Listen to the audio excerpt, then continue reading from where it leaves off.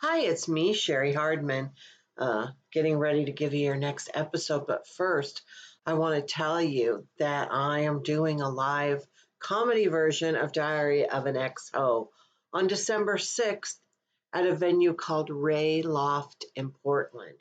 You can go to my website, sherihardman.com, to get tickets.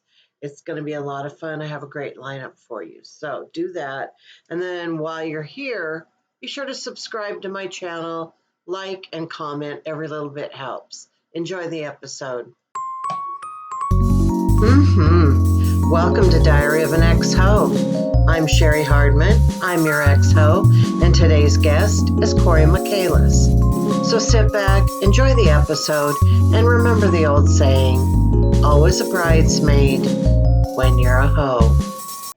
Hey, hi. Cory Michaelis here. I am 44 years old, I think. Is that right? Yeah, 44 years old.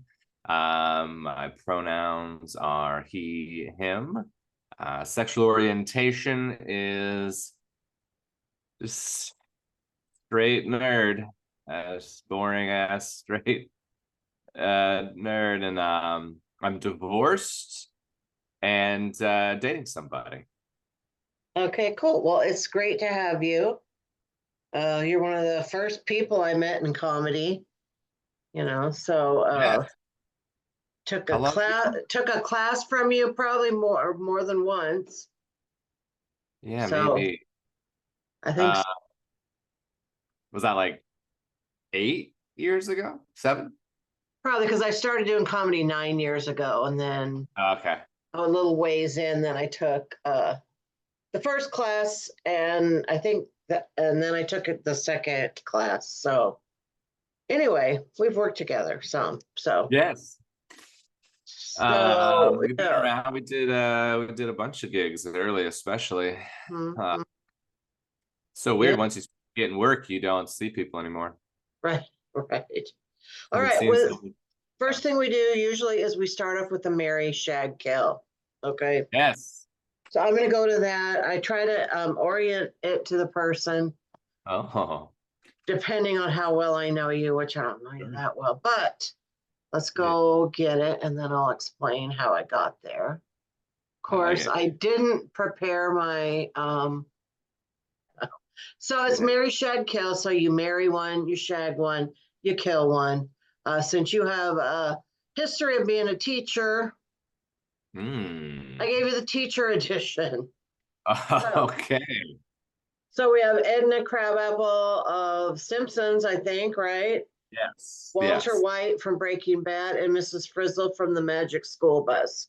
So who are you going to marry? Who are you going to shag? Who are you going to kill? Oh man. Okay.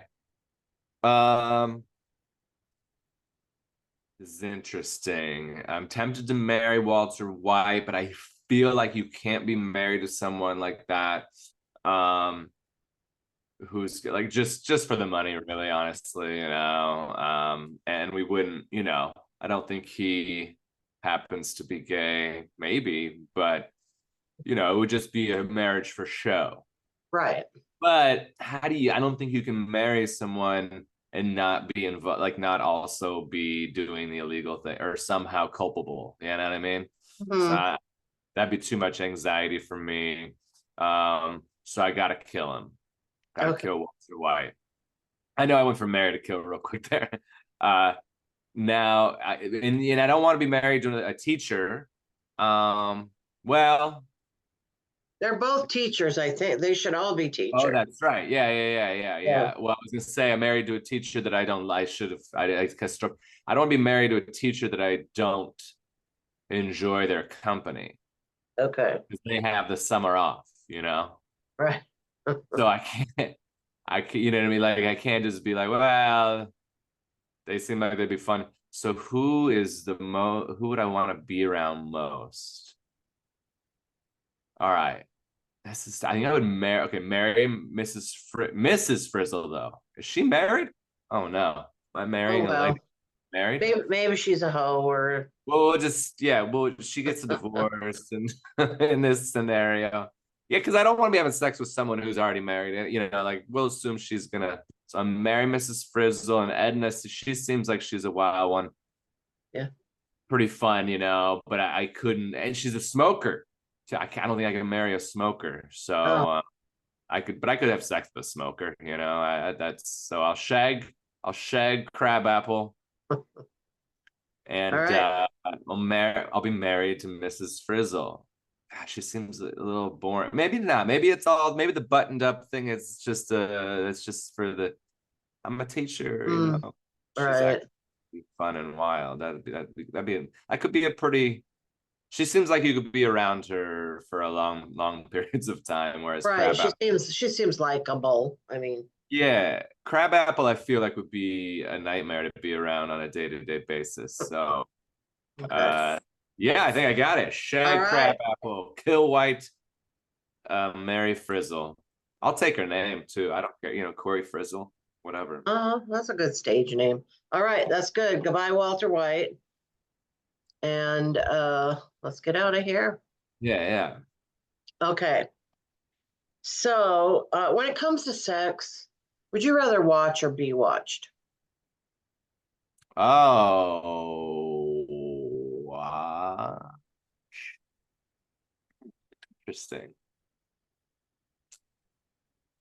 Think you'd rather Does watch? it matter? Like just well, I mean, you know, I mean, I think it depends on who's watching. I've been watched. Uh, have I ever? I don't know that I've ever like watched in person. I've yeah. I mean, I've watched in person when I was involved, I guess. Yeah. We're talking in a corner in a chair looking, right? Kind of. Whatever scenario makes you happy Yeah. in your head, that's the one you can use. Yeah, I think I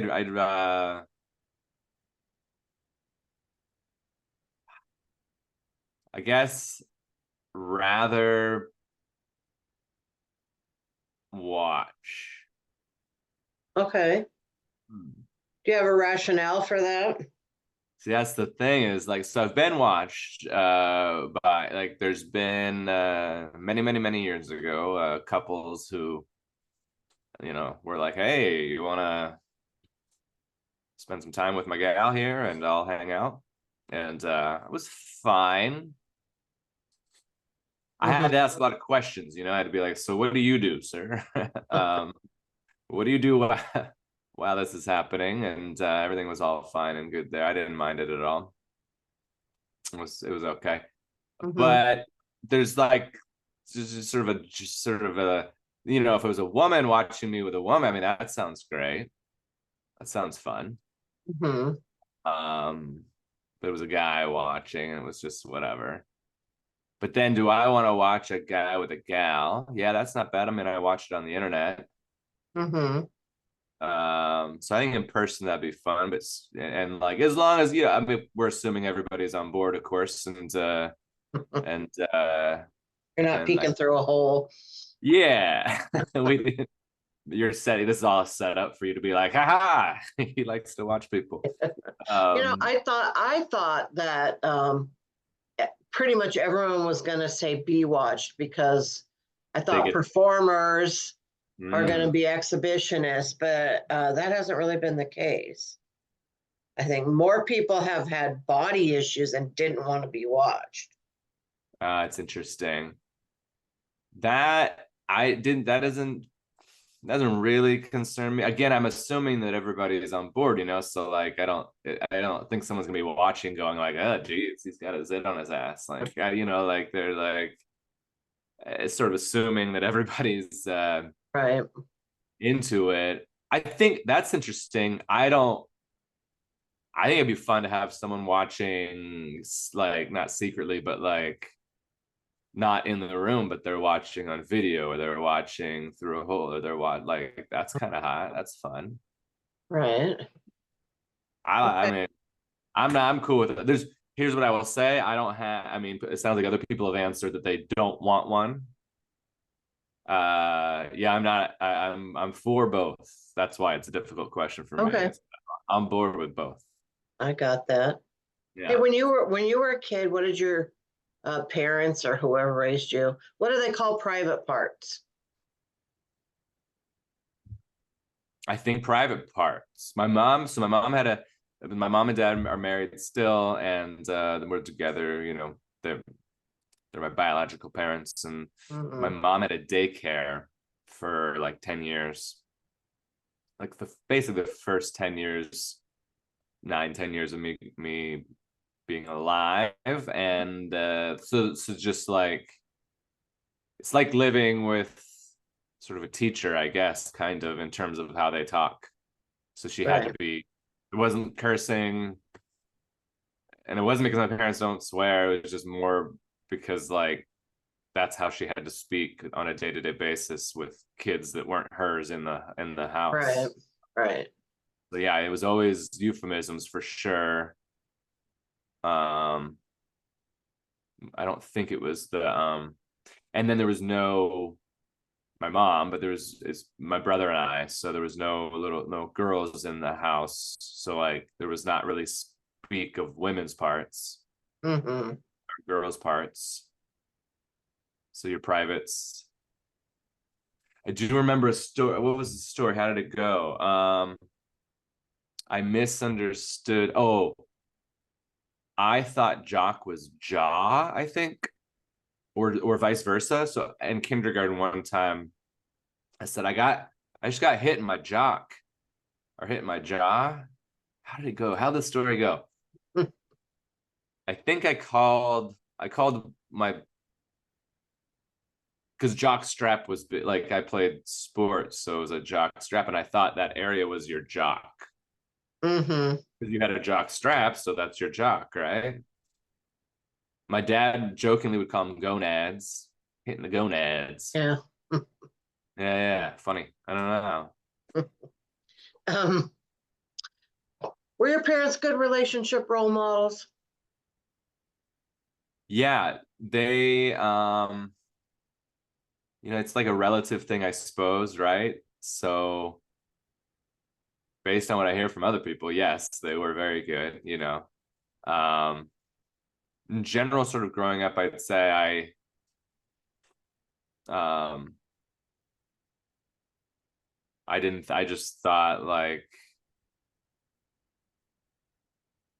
my nearest relatives were not good relationship role models. So that was like my closest comparison. So I was like, oh man, my parents are killer compared to these folks. Right, Uh, but I think there's just, nagging and frustration is a pretty that's like the only thing they ever right, right, did. There wasn't like a significant amount of big arguments. There wasn't significant amount of like there's nothing physical. So there's like no real bad stuff, mm-hmm. but like I don't know that necessarily like um they didn't have the other end of the spectrum necessarily either, where there was like shows of love like through love languages or visible, like you know what I mean. So But did you see them like hug and kiss at all? yeah, yeah, some have heard and some have sex. Ugh, a couple Oh, that's couple gross. Yeah. Yeah, that's not necessarily. So yeah, they would show affection, but just like maybe more in terms of communication.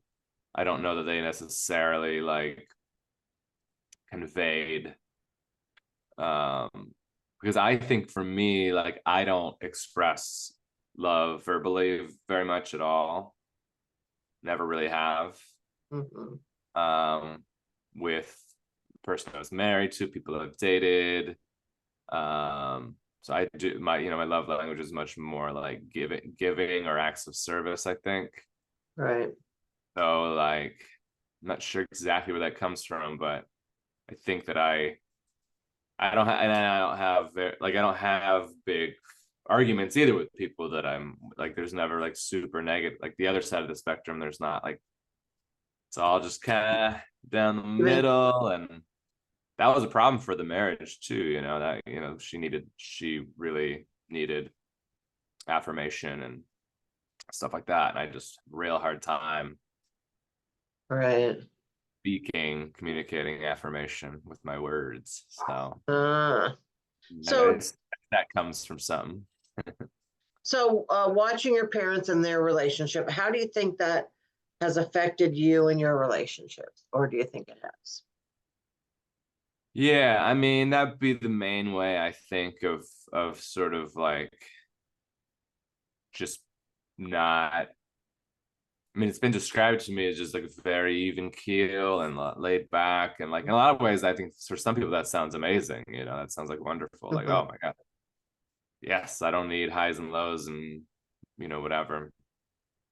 Um, but I mean, and some, but like again, my ex-wife, she really needed or wanted and was sort of craving, you know, communications of beauty and love and that kind of stuff, and I just had a hard time expressing that in general. Mm-hmm. So I think it's probably that comes from just, you know, watching them be good partners, but not necessarily communicating or speaking Right. their love and adoration to each Mm-hmm. other. I would assume. But that said, my brother's slightly different. Like he is pretty good at that. Like he is sentimental and so there's a, you know, but he's a Right. younger brother. He's the younger Right. brother. You know, he had an older brother. He had an older brother that left home to go, not left home, but like, you know, when he's in high school, I leave to go to college and move out pretty shortly after college. So it's obviously a different experience in general. Didn't have the daycare. The daycare wasn't really around when he was um formative. So Mm-hmm. Well, yeah. Now that I'm thinking about it, and I don't remember like seeing you as a huggy person. You know how some people always hug at the comedy clubs and stuff. I don't see you hugging anybody, do I? I you don't think so. better not fucking touch me. No, no. Yeah, maybe not.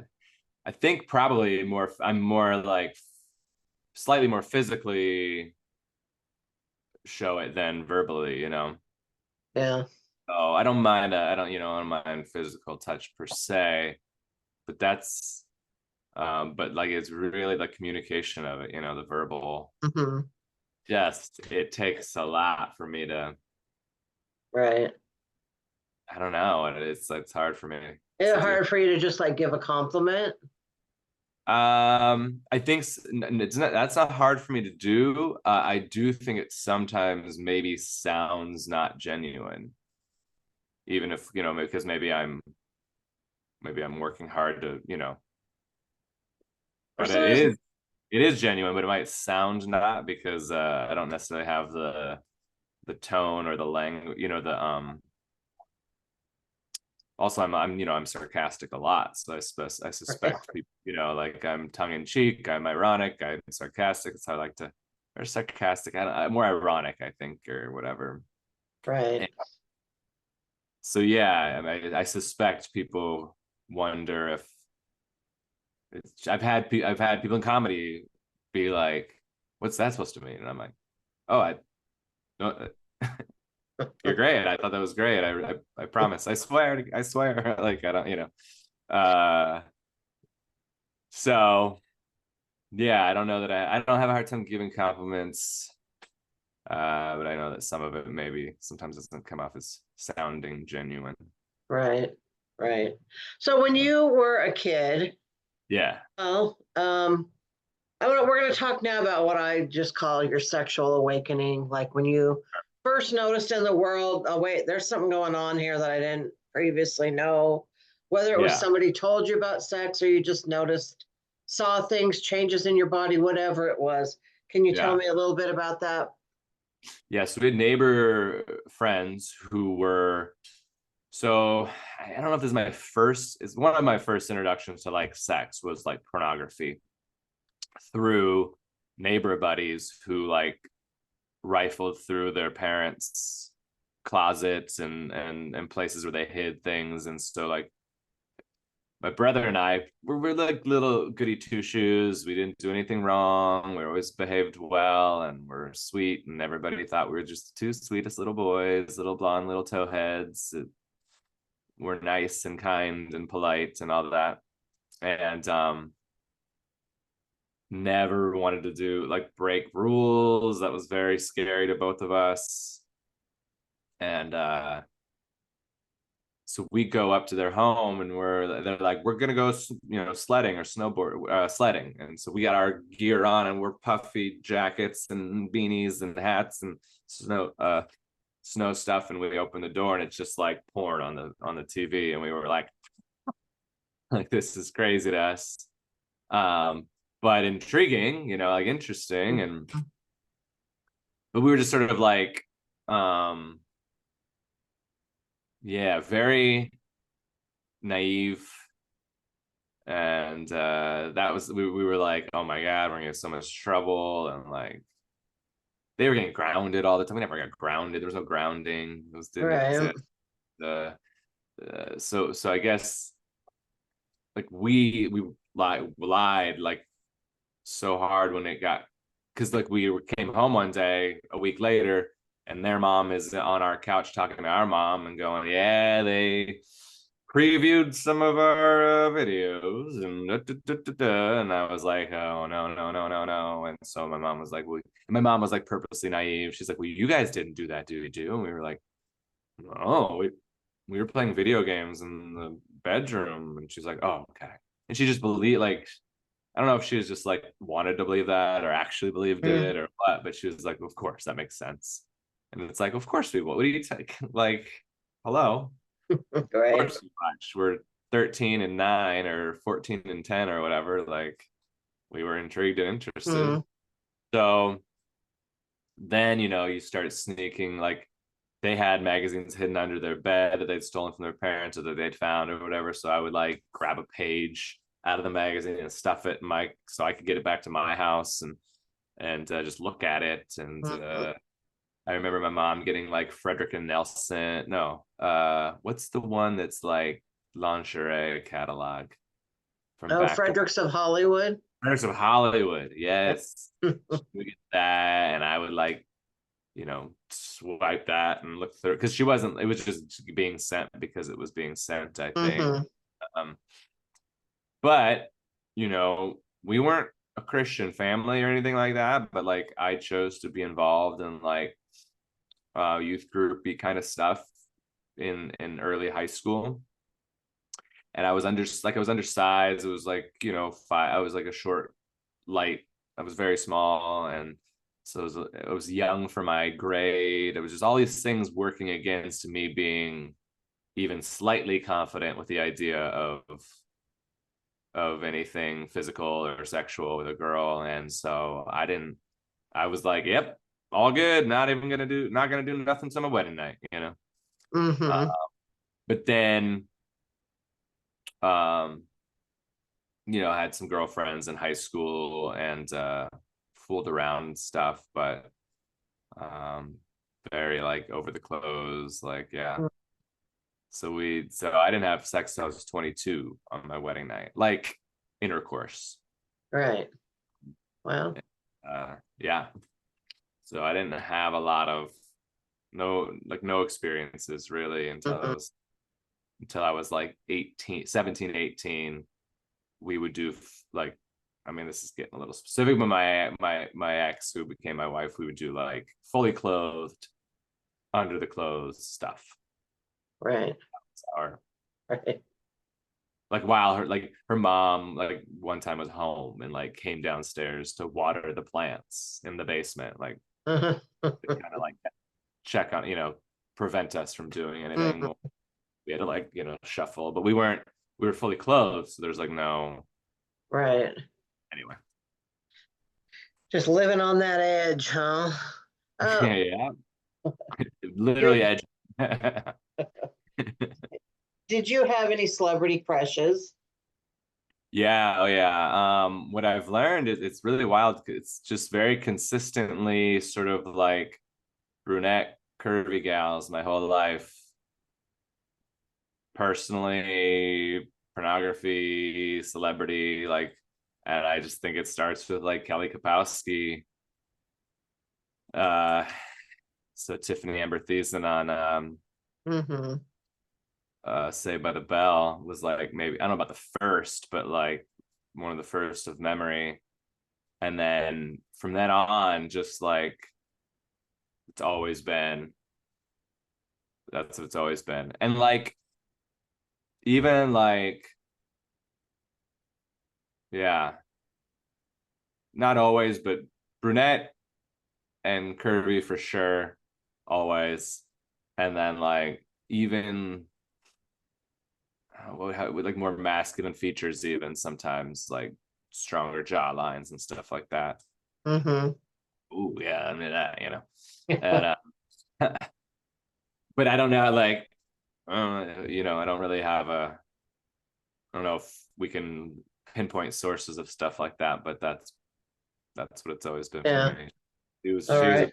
Kelly Kapowski, Selma Hayek, like as I got a little old, you know, older, similar kind of like, yeah, So if you were out and you like met some women, you would always go for the one that was that type.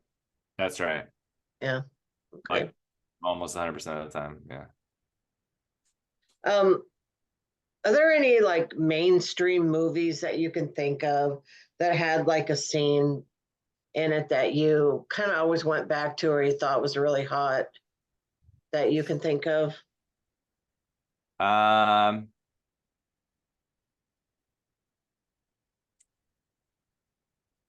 my first thing that sort of comes to mind is that dance scene in Dirty Dancing when they're all like breaking the rules and they're like everybody's all sweaty and touching and dancing and crawling on the floor and stuff. Like I remember that being like, oh, that's, am I supposed to be watching this? You know, like this is seems intense.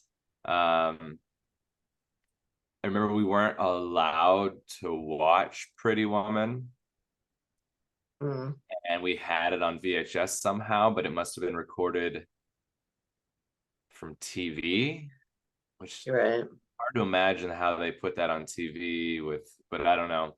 And so like I remember that being like, well, what's the first I remember being like, well, why can't we watch this? This doesn't seem good because I only saw the TV version and then I later saw the real one and was like, oh, okay, I see. I think it was Richard Gere. Also, no, Michael Douglas. What was the one? Basic Instinct. And everybody talks about the scene where she like uncrosses her legs or whatever. Right, But right. I think it was that movie where there's a scene where they're having sex in bed and there's a mirror up above them. And I remember that being like, oh, that seems great. Yeah. Um, but like I didn't have a lot of like, you think it sounds like we were sheltered, and I don't, I mean, maybe we kind of were, I guess, but it's not a function of, usually sheltering is sort of a function of your parents being ultra conservative themselves. Right. They weren't, you know, they were, my mom, you know, they drink, they smoke weed, they were in a bowling league on Saturday nights that used to allow, you know, you could smoke cigarettes right there in the bowling alley and Mm-hmm. party. They would party on weekends and no church They just ever. thought they were being good parents. I think Probably. so. Yeah. Yeah, I did a good job. I mean, that's, I mean, I'm certainly not critical of it because I think it was like Mm-hmm. good. But then, like, as I became it's just like all this like perfect parents being sort of you know, keeping me from things that I shouldn't see or, you know, didn't need to, combined with being sort of undersized and not super confident. And I had braces on my teeth. Like, everything was like later. I didn't have I had braces till I was a senior in high school. Like I didn't. So by the time I was a junior or like junior in high school, so junior senior year, I finally looked like I belonged in high school, right? Mm-hmm. And not super surprisingly, I dated like freshmen and sophomores when I was a junior and senior. Mm-hmm. Just sort of I was literally like slightly closer to their age, just probably maturity wise, and I Mm-hmm. maturity, but like maturity in terms of like knowing stuff and being aware of like Right. whatever. I remember hearing a story of a guy having sex with two gals in a travel lodge, or showering with them. Maybe not having, they probably had sex, but showering with them, and me being like, what? It's like that Birbiglia joke where he goes, everybody's making out. No, as like me, as literally me being like, wait, who's having sex? And people were like, oh, like all these people who are dating, they're all having sex. And I was like, oh, I didn't even know that was like an option. Like it didn't even occur to me Yeah. to have sex with someone in high school that you were dating. That was just Right. like not my. And then so then I become like a Christian, and then I go to a Christian college where you're literally not allowed to by the rules or whatever. And again, I just assumed everybody was following those rules. I'm sure a bunch of people, everybody was probably sleeping together who were dating, Hmm. or a lot of the people. I mean, a lot of the athletes at that college aren't there because of, they're just there for the athletic part. So and then Right. there's married people on campus, and it's like obviously that was allowed, but I don't know. There's people like you're not even allowed to sleep in the same.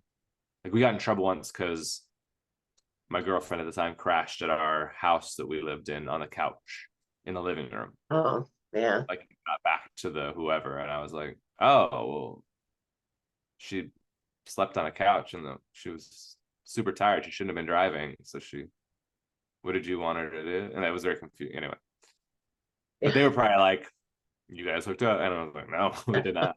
Right. Well, Yeah. you were a late bloomer. Yes.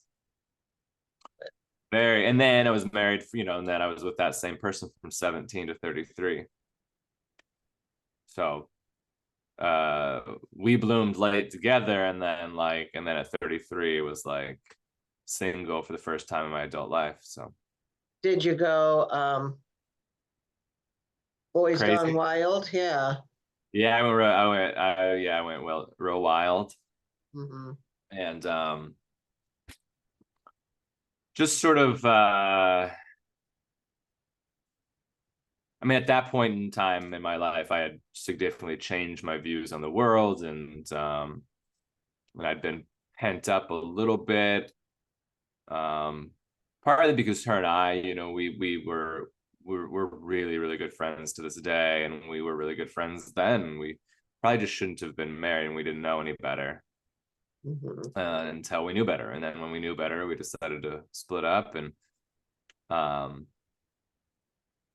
but like just the way things worked out, we lived together for quite a while before she officially moved out, and we weren't, we'd already decided to not be together, so we weren't sleeping together. And so that, combined with only having been with her, that she was the only person I'd been with ever sexually in my life, Hmm. and certainly since 17, so I sort of just hit the ground running a little bit. And Yeah. the very first weekend I went on the road, the summer after,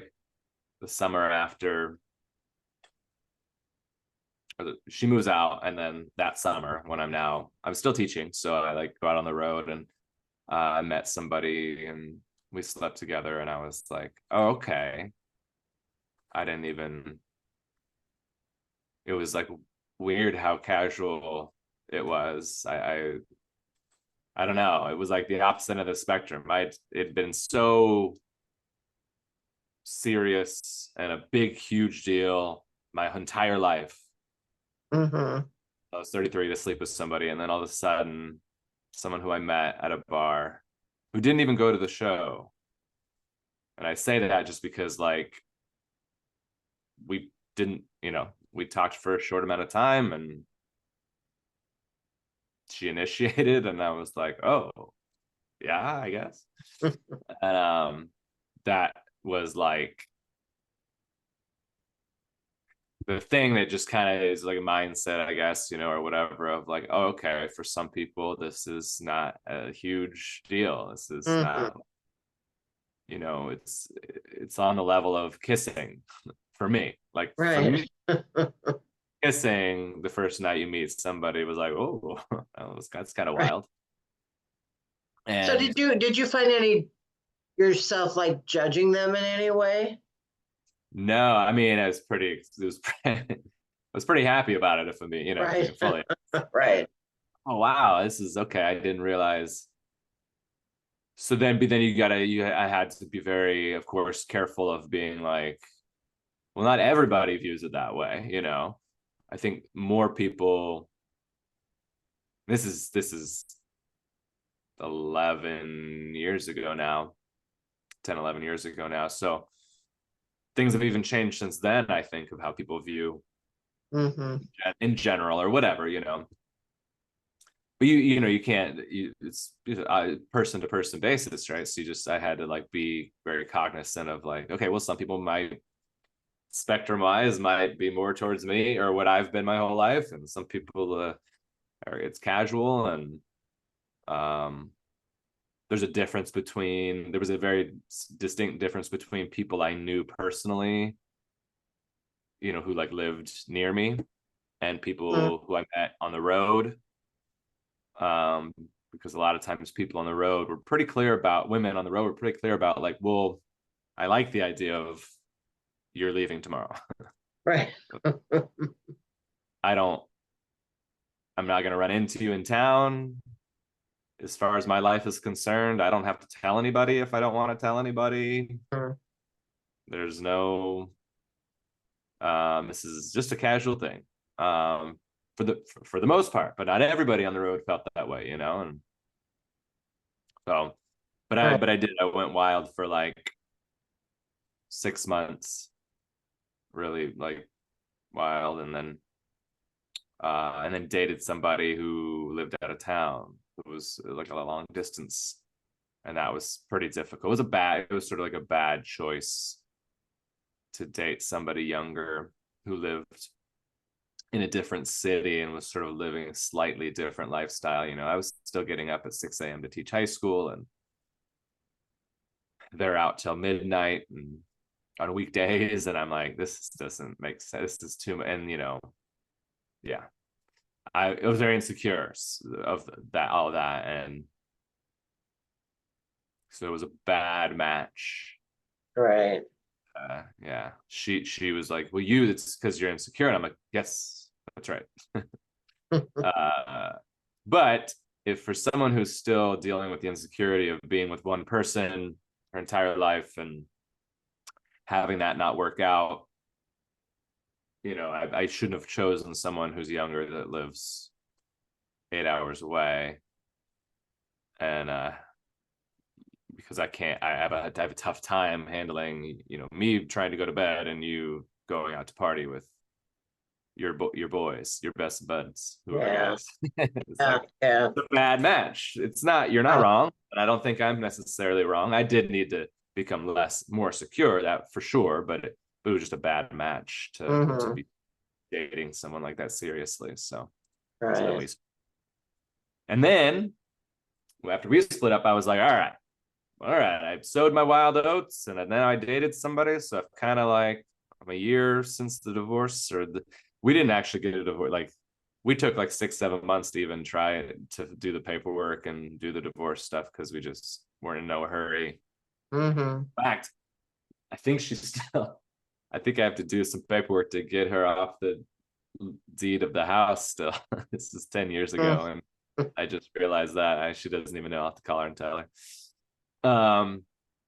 So hopefully nothing happens to me or she gets my house. But uh so I was like, I don't need to, I can kind of like, I don't need to go wild like I was. But then I did the first 6 months were like no apps. Like I didn't have any apps or anything. I didn't know. I just was like meeting people in person. And then after we split up, this gal and I, you know, oh, what are these? What's Tinder? Oh, okay. And then you download it, and then all of a sudden now it's even easier, like to meet people who are interested in hanging out and hooking up, and you're like, oh man.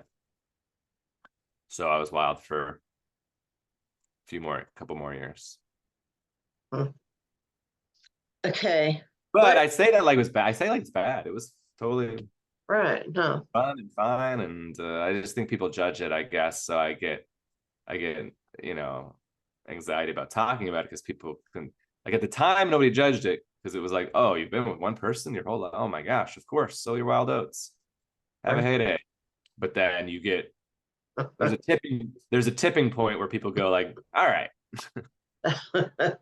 That's too much. Yeah. that's plenty there, buddy. But no, but and that's part. Nobody ever said that per se. Really said that. I mean, I had friends who were like, "You're going kind of wild," and I was like, "I don't know." I dated somebody. I tried going wild. I tried being married forever. The same Mm, person, didn't work. I tried sowing my wild oats. That was fun, but I kind of pumped the brakes. I tried dating somebody. That didn't work out. I'm gonna go back to not trying to be with anybody, and I'll just let that, however that works. If that means I don't sleep with anybody, that means I don't sleep with anybody. If that means I do, I do. But I'm not gonna try and date anybody. So I spent a few years just like, I'm not dating anybody. I'm not ready. I'm not secure enough yet. So we'll just I'm not gonna like plan what mhm. else, dating people, having a serious person in my life, but it's not gonna be yeah, not gonna be now. Right. What's your definition of amazing sex? Um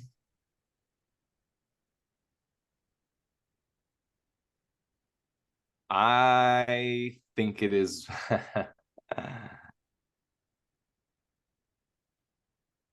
it has a lot, it has mostly to do with the end, I think, for me, which is, so I think amazing sex is something where both people feel completely comfortable and secure, to the point that, for me, in my life, the woman comes first and multiple times, and sure, I come, I guess. Like, I don't think I've ever not really, not ever not, but like I've usually it happens for the guy eventually. But I have a very, like, it kind of goes back to that love language thing of like, I have this weird, I shouldn't say weird, but like very much give, give, give. It's ego too, right? So like, if we talked about having not slept with anybody till I was 22, and then only one person till I'm 33, and then I go, and so for me it's like very much, I still have the remnants of that where I want my ego to be boosted by the other person receiving pleasure. And so I guess that's like, sounds like a, oh, how giving of you, or how that's great for the woman, or whatever. If I do a good job, if I'm good at it or whatever, or if I can match with the person well. But it kind of like, there's a good portion of its ego too, right? Like, Right. oh, you're a philanthropist, you give money to all these organizations. Well, you tell everybody every Right. time you give the money, you want them to tell. It's like Larry David on that one episode where he gives the money anonymously, and Uh-huh. or he gives the money with his name on the wall, and then Ted Danson gives it anonymously. Yeah. Then Ted Danson, and then everybody tells everybody that Ted Danson gave the money anonymously. Like, they start spreading that around and telling everybody, and Larry's pissed because he's like, wait, this is anonymous. Oh yeah, it says anonymous. Yeah, but you're telling everybody that you did it. That you can't anyway. So like, there's yeah.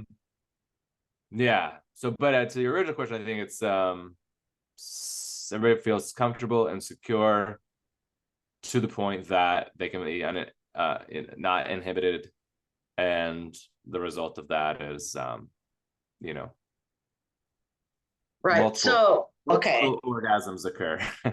I All right. guess. So do you get a sexual satisfaction out of pleasing the other person? Or is it more just, I'm going to do this because I want to Yeah, be no, it good?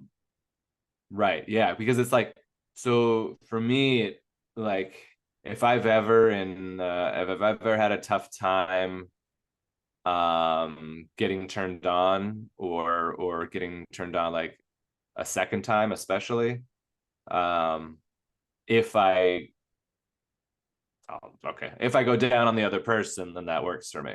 That will turn me on. So yes, I really enjoy. This is okay. Here we go.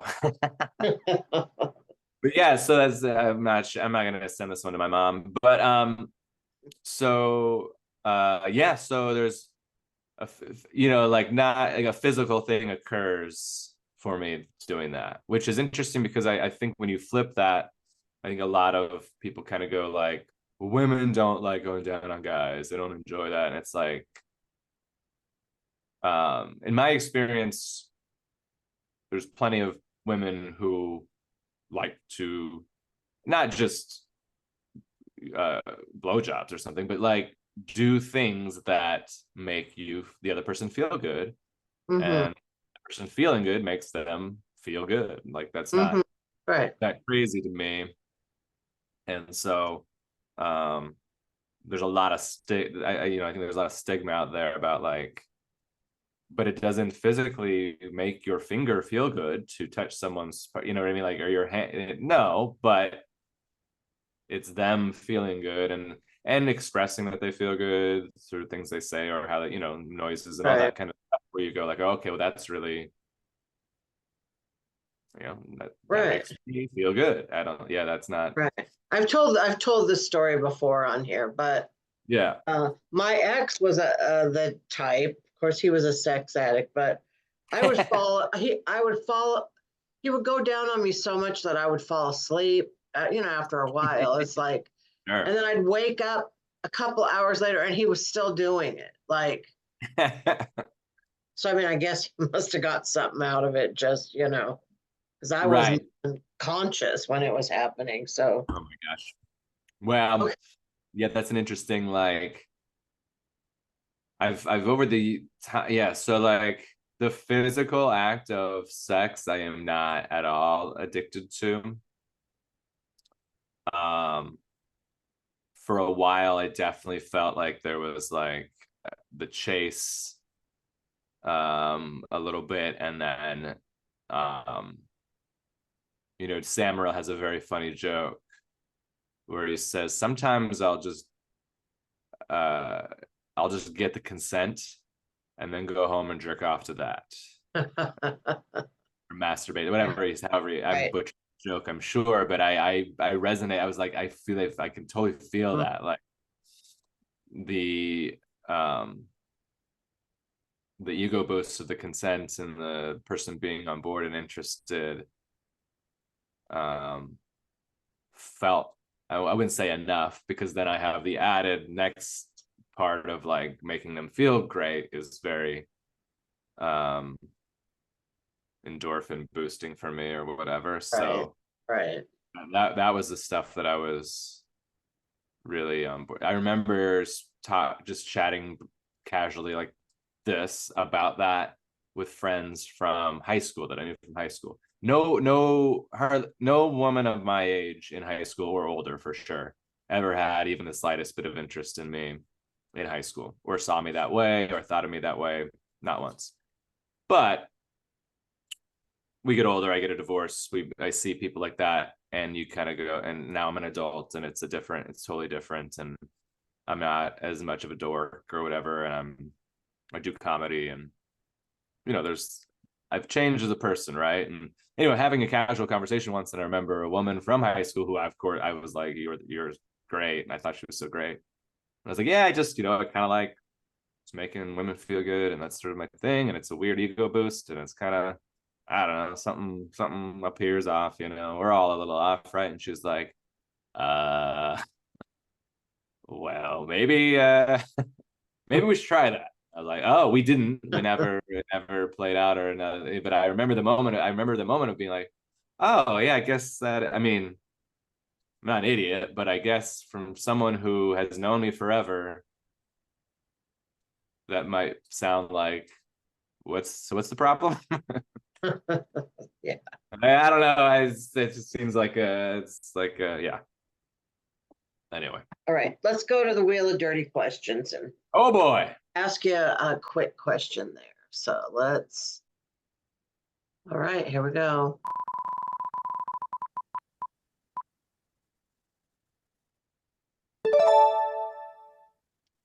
Would you prefer to be in control or be dominated? In control. Yeah. That was easy. Yep. Not into the being dominated, huh? I wouldn't say necessarily I'm against it. I've said this a number of times. I'm not like super into yeah, the lack of control. So even to the point that like just a kick back in the chair with my hands behind my head, receiving like a blowjob is not that interesting to me. Um, um, there could be some other reasons for that, of course, but just like that's just not that as a part of the process, by all means. But I really want to like again, I think it's sort of the ego boost of like for me, the ego boost comes from making the other person feel good and sort of being in control of that, I guess. Yeah. Right. That makes sense. And then yeah. So that one's pretty easy. But I'm not like think that like I'm pretty open to like again, it's like if it's someone you're with, right, long term or committed, then I'm cool. Yeah, all whatever, you know. Oh, tonight this is a different thing tonight. Sure, that's cool. That's fine. But like if we're talking someone who I'm, you know, maybe just dating or only with for a weekend or whatever, like I would prefer to be like, all right, let me be in control here and show you what I got or whatever. I don't know. Right. I want like the idea of is like the again, this is yeah, the idea of like a woman speaking about how I did well is like a very much that like that's a big ego boost, I guess.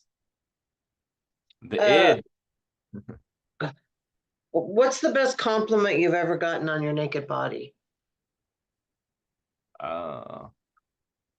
Well, so I started in OnlyFans for the purpose mainly of connecting it to my podcast that I had, which is where I interviewed strippers and sex workers, and I didn't realize this was going to occur, but I ended up getting a decent amount of followers who were gay fellas, and so they constantly compliment. They aren't afraid to compliment those gay fellas, and so yeah, I don't know if it's a specific compliment, but they start requesting things, and you kind of go, oh, all right, well, what do I want to do that now? But my closing bit currently is about a gay man who wanted a photo, and the negotiation process of that, and he ended up paying $750, which is pretty insane, but I don't know, whatever, it's fine with me. But and so yeah, there was, I don't remember any compliments necessarily, because those are mostly like dick related compliments that they're doing just to kind of be sexual and things they would love to do to it and that kind of stuff. And so nothing really specific there, but that, related to that. The fittest I ever was probably in that like 9 months when I was still, and just after, when I was still like, I knew I was going to be single, but I'd never been before. And so like, and I was, I wasn't trying to avoid being home, but I wasn't trying to be home as much either. It was, we weren't really we were sort of split up as a couple, even though we were still living together and getting along just fine for the most part.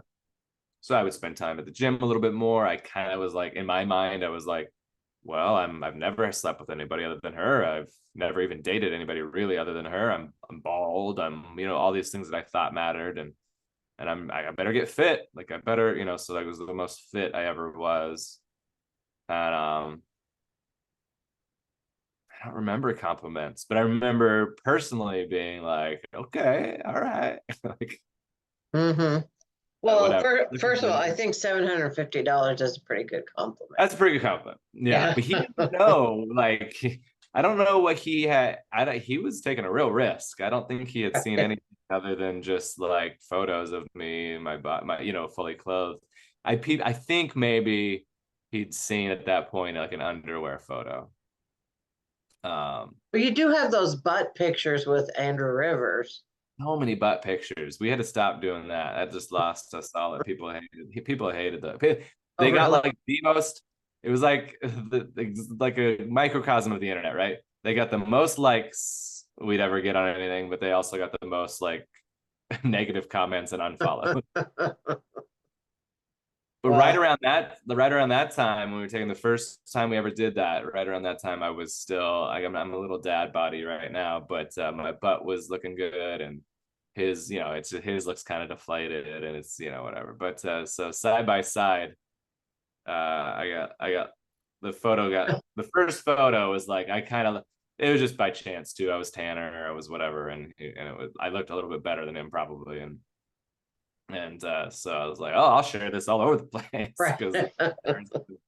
But then later on, there was one where his looked real good because he'd been doing a bunch of squats, and I looked a little. So I was like, that one we don't need to share as much. Do you have any sexual regrets? Yeah, I think that um, I think I would have been a little bit more. I would have discriminated a little bit more during those times when I was wild, just because I think there was maybe a few folks who sort of thought like, oh, maybe we would date. And I don't know that I thought it was obvious we were just, you know, it was casual, and they did not. So Right.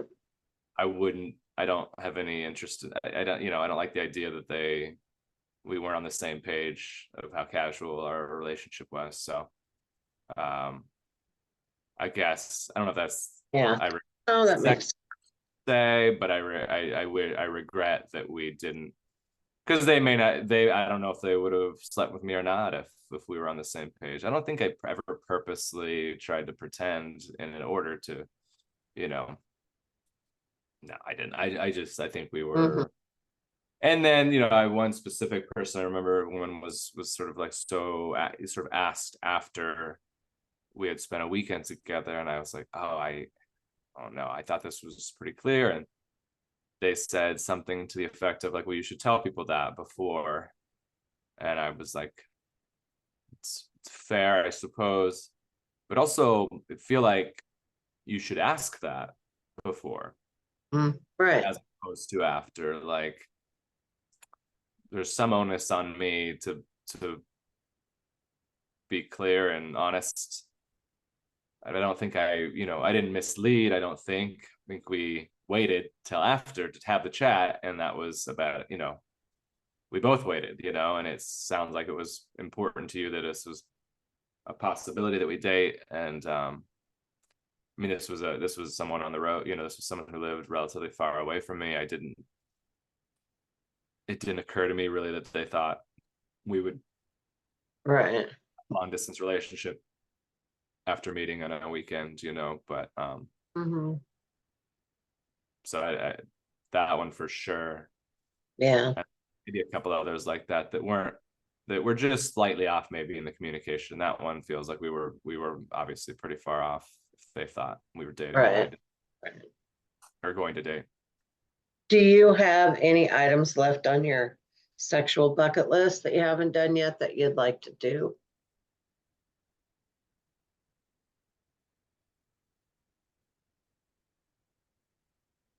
I don't think there's anything that I've never done that I'd like to do. I mean, um, there's things I like to do more that I Mhm. like to do Mhm. more. Um, Okay. no, I think I've done all the things that I really want to do. Oh, I know one that's like very, I mean, it's sort of easy to do, I guess I've done it, but like the idea of like, so this is the give, this is interesting because this is like that going back, like giving like I've watched videos of men giving women erotic massages, like, and that's like I'm into that. I'm like, oh, that turns me on. So the idea of like doing that, like literal massage table, massage oil, massage the whole thing, and then not just like, oh, you massage your partner for 5 minutes and then have sex with them, but Right. like they don't need to do anything to you. They don't have to, nothing has to happen that way, and you just like a full like massage, like 1 hour massage, but full body naked, that whole thing, massaging all the body Right. parts. And that's like I get I've that. There's done it a that level of like, of attentiveness. I've done it just, Yeah, that's nice. There's a guy named Troy, and he's on Instagram and all that, and he does that, but mostly with big women who have big butts. And it's just, interesting. I love watching those. It's like, wow. Oh, What's Troy. your, Yeah. yeah, what is your host song? Like a song that when you hear it, it kind of brings out your host self. Ah, Ho song.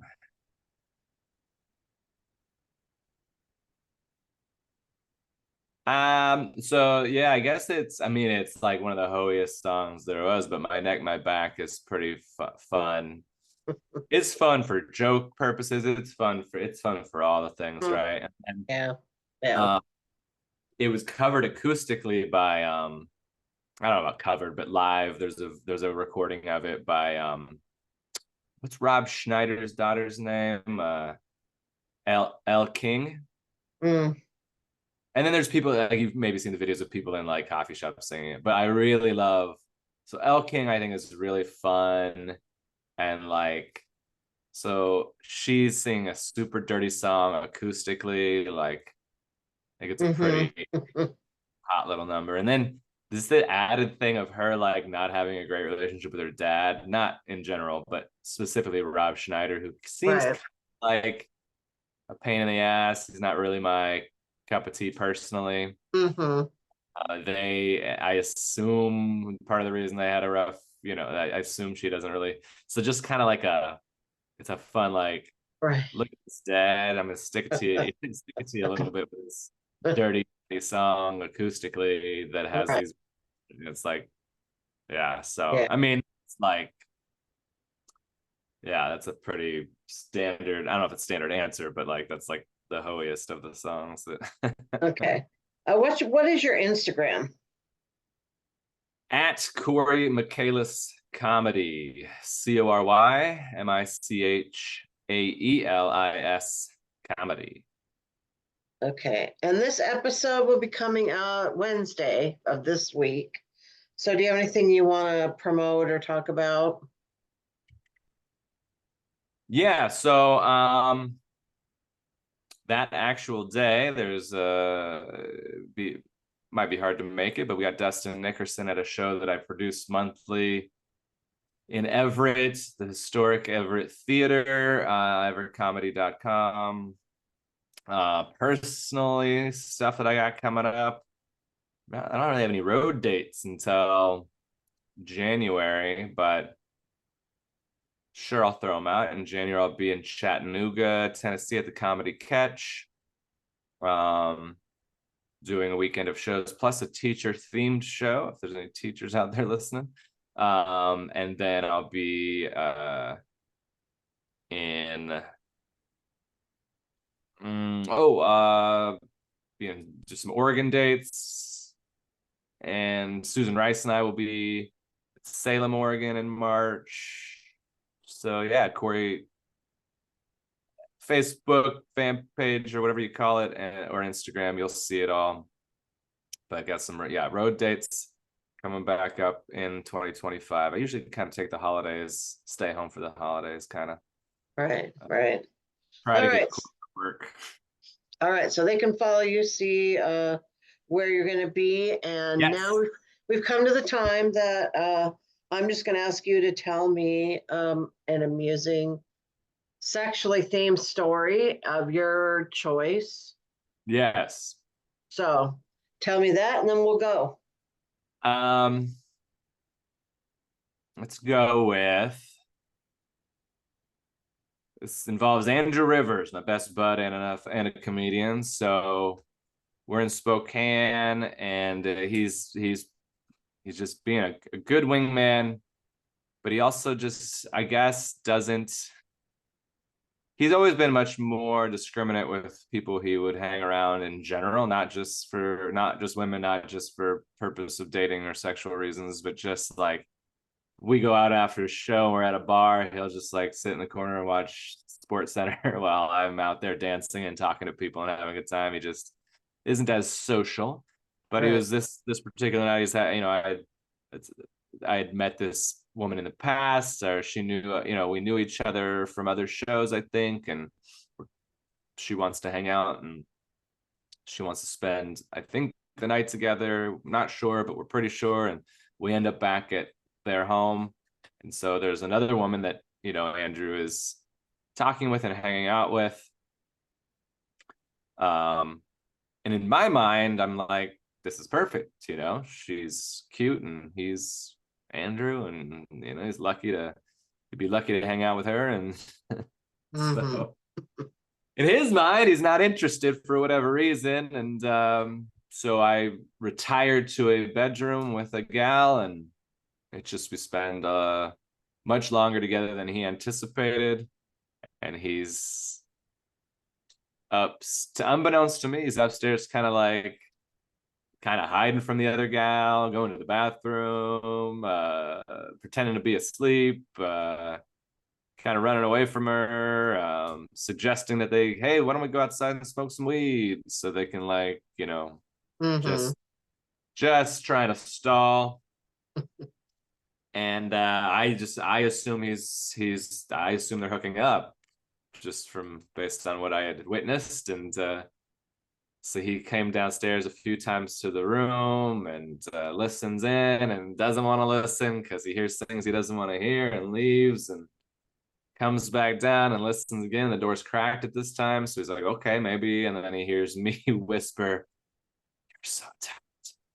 And he's like, God, jeez. So he leaves again. And then he eventually, I think, I don't know how long in, but long enough in that he gets to the point where he does a little knocking, because he comes down and he doesn't hear anything, so he knocks, and I kind of go, oh yeah, geez, okay, yeah. So I say, hey, he's ready to go. And she's like, that, no problem. And so I get dressed and pack up and go, and I again still don't know any of this, so I just kind of go, so hey, you guys, was that a good time? And he was like, no, it was not a good time. Like, oh man, and he goes, I wasn't interested in, I've just been stalling this whole time. And I'm like, oh my God, I'm so sorry. I didn't know you were stalling this whole time.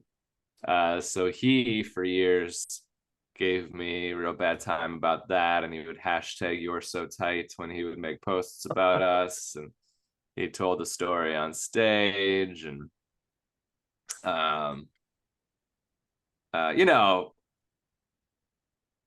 he had options. So but yeah, it's not generally how I want to. You don't want your wingman usually gets to go home. Right.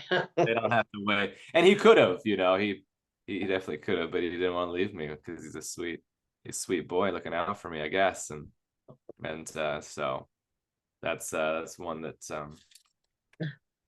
not a regret. I didn't share that during the regrets because I don't particularly regret it, but Right. uh did feel badly because I did not know. I was in the dark, literally. All right. Well, thank you so much. It's been a lot of fun. Yeah, thank you. Yeah, I will, I'm sure, see you around very soon. Yes. All right. Hope soon. All the best out there. All right. Have a great Thanksgiving. Bye bye. Bye.